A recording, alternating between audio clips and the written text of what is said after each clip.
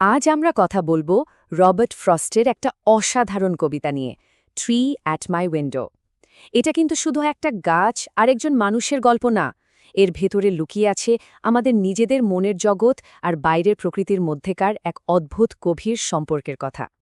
কবিতাটা শুরুই হচ্ছে একটা দারুণ লাইন দিয়ে।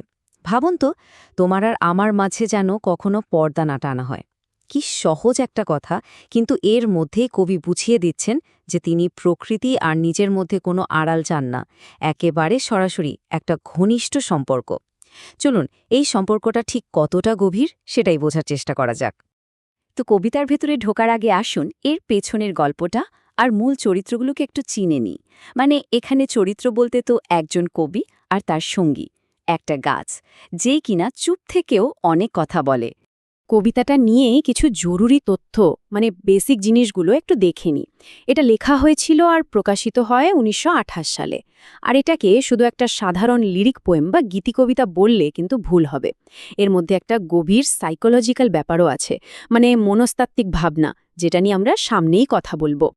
মজার ব্যাপার হলো, এই কবিতার অনুপ্রেরণা কিন্তু কোনো কল্পনা থেকে আসেনি, বরং এটা এসেছে কবির একেবারে নিজের জীবন থেকে। রবার্ট ফ্রস্ট তখন ম্যাসাচুসেটসে থাকতেন, আর তার বাড়ির জানালার বাইরেই ছিল একটা গাছ। ওই গাছটাকে দেখতে দেখতেই সেটা যেন তার একাকিত্বের এক নীরব বন্ধু হয়ে উঠেছিল। আর ঠিক কারণেই কবিতার প্রত্যেকটা শব্দে কবির সেই ব্যক্তিগত অনুভূতির ছোঁয়াটা স্পষ্ট বোঝা যায়। তো কবিতার একেবারে কেন্দ্রে আছে দুটো চরিত্র। একদিকে কবি নিজে, খুবই সেন্সিটিভ একজন মানুষ, যিনি জীবনের ভালো মন্দ ওঠানামা নিয়ে সারাক্ষণ ভাবেন। আর অন্যদিকে সেই গাছটা, একটা সাইলেন্ট পার্টনার, যা কিনা কবির মনেরই একটা প্রতিচ্ছবি বা রিফ্লেকশন। আচ্ছা, এ দুটো জগৎ, কবির মনের জগৎ আর গাছের বাইরের জগৎ, এগুলো এক হলো কিভাবে? এদেরকে একসাথে বাঁধল কি? এর উত্তরটা লুকিয়ে আছে কবিতার কিছু দারুণ প্রতীকের মধ্যে। কবিতার সবচেয়ে পাওয়ারফুল সিম্বল বা প্রতীক হল জানালাটা। ভাবুন, জানালাটা শুধু একটা কাচের দেয়াল না, এটা একই সাথে দুটো জিনিসকে জুড়ছে আবার আলাদাও রাখছে। এটাই সেই মিটিং পয়েন্ট, যেখানে মানুষের মনের জগৎ আর প্রকৃতির বিশাল জগৎ এসে মেশে। ওরা একে অপরকে দেখতে পায়, কিন্তু পুরোপুরি এক হয়ে যেতে পারে না। ফ্রস্ট কিন্তু গাছটাকে একটা সাধারণ গাছ হিসেবে দেখছেন না, একদমই না। তার চোখে গাছটা হলো একটা রহস্যময়, প্রায় স্বপ্নের মতো একটা কিছু। তিনি লিখছেন, যেন একটা অস্পষ্ট স্বপ্ন মাথা তুলে মাটি থেকে উঠেছে, আর তুমি মেঘের পর সবচেয়ে অস্পষ্ট একটা জিনিস। এই লাইনগুলো পড়লে মনে হয় গাছটা যেন সত্যি নয়, কোনো মায়া। আর এই যে রহস্যময় একটা কানেকশন, এর একদম গভীরে গিয়েই আমরা কবিতার আসল আইডিয়াটা খুঁজে পাই। আর সেটা হলো ভিতরের আর বাইরের আবহাওয়া, ইনার ওয়েদার আর আউটার ওয়েদার। ঠিক এখানেই কবি নিজের ফিলিংসের সাথে প্রকৃতির একটা অদ্ভুত মিল খুঁজে পান। কিন্তু প্রশ্নটা হলো, কবি শুধু গাছটাকে দেখছেন আর গাছটা বাইরে দাঁড়িয়ে আছে। সম্পর্কটা কি শুধু এটুকুই, নাকি এর থেকেও গভীরে কিছু আছে, কোনো গভীর কানেকশন? এর উত্তরটা কবি নিজেই দিচ্ছেন, আর এমন দুটো লাইনে দিচ্ছেন যা পুরো কবিতার মানেটাই যেন বদলে দেয়। তিনি বলছেন, তোমার মাথাটা যেমন বাইরের আবহাওয়া নিয়ে ব্যস্ত, আমার মনটা তেমনি ডুবে আছে ভেতরের আবহাওয়ায়, ভেতরের ঝড়ে। একবার ভেবে দেখুন, কি অসাধারণ একটা তুলনা। তো এই দুই রকমের আবহাওয়া আসলে কি? চলুন একটু ভেঙে দেখি। গাছের জন্য বাইরের আবহাওয়া মানে কি? ঝড়, বৃষ্টি, বাতাস, ফিজিক্যাল জগতের স্ট্রাগল। আর কবির জন্য ভেতরের আবহাওয়া, সেটা হলো তার মনের দুঃখ, একাকিত্ব, দুশ্চিন্তা, ইমোশনাল বা মানসিক জগতের ঝড়। জগৎ দুটো আলাদা, কিন্তু স্ট্রাগলটা দেখুন একই রকম। কিন্তু এই যে দুটো আলাদা জগতের সংগ্রাম, এগুলোকে এক সূত্রে বাঁধল কে? এখানেই কবি একটা অদৃশ্য শক্তির কথা ভাবছেন, এমন একটা শক্তি যা তাদের ভাগ্যকে এক করে দিয়েছে।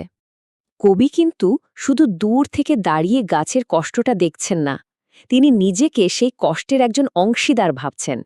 তিনি বলছেন, কিন্তু হে গাছ, আমি দেখেছি কিভাবে ঝড় তোমাকে নাড়িয়ে দিয়েছে, ছুঁড়ে ফেলে দিয়েছে। এই দৃশ্যটা দেখেই তিনি নিজের জীবনের ঝড়ের সাথে একটা কানেকশন খুঁজে পান। গাছের এই যে বাইরের সংগ্রাম, ঝড়ে এভাবে দুলে ওঠা এটা আসলে কবির নিজের ভেতরের অস্থিরতারই একটা জীবন্ত ছবি। কারণ কবি নিজেও তো জীবনের ঝড়ে ঠিক এভাবেই ভেসে গিয়েছিলেন, প্রায় হারিয়ে যাবার মতো অবস্থা হয়েছিল।